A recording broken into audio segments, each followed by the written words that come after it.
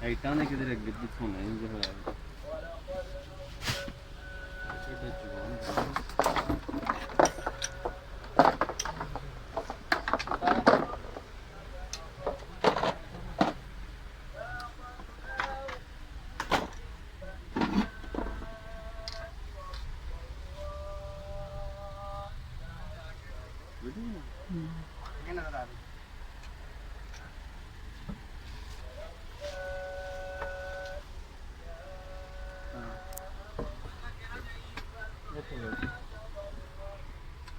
ਕੱਪੜਾ ਨੂੰ ਕਿਹਾ ਟਾਰਚ ਵਿੱਚ ਪਈ ਹੈ ਯਾਰ ਤੂੰ ਮੋਬਾਈਲ ਦੀ ਟਾਰਚ ਪਾ ਹਾਂ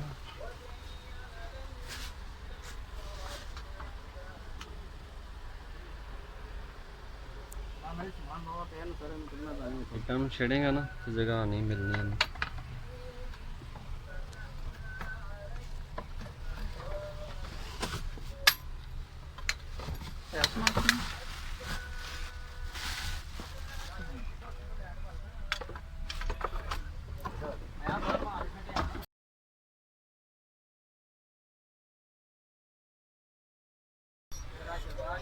ਕੈਚ ਕਰ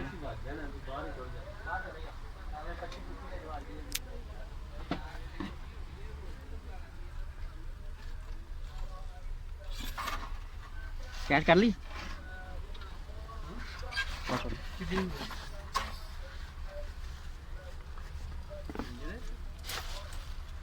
बस ठीक हो गया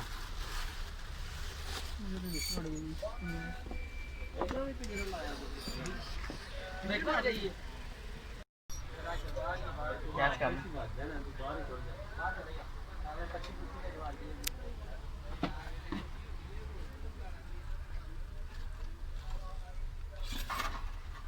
कैच कर ली